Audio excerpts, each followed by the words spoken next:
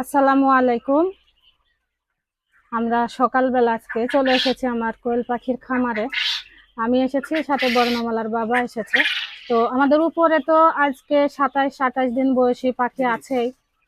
30 দিন বয়সী, 30 দিন বয়সী পাখি আছে 118টা।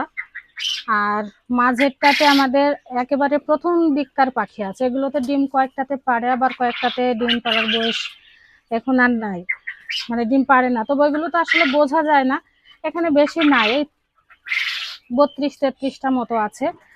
আর নিচেরটাতে 7টা পাখি ছিল, যেগুলো এই 2-4 দিন আগে থেকে ডিম দেওয়া শুরু করেছে।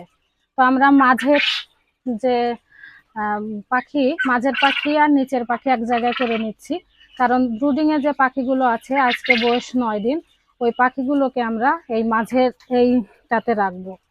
আর নিচে এগুলো থাকবে একসাথে, ওগুলো খেয়ে নেব, বা দুই একটা যদি বিক্রি হয় বিক্রি করে নেব, বিক্রি করে দেব এই জন্য। আর উপরের পাখি তো এখনো ডিম পাড়ার বয়সী হয়নি।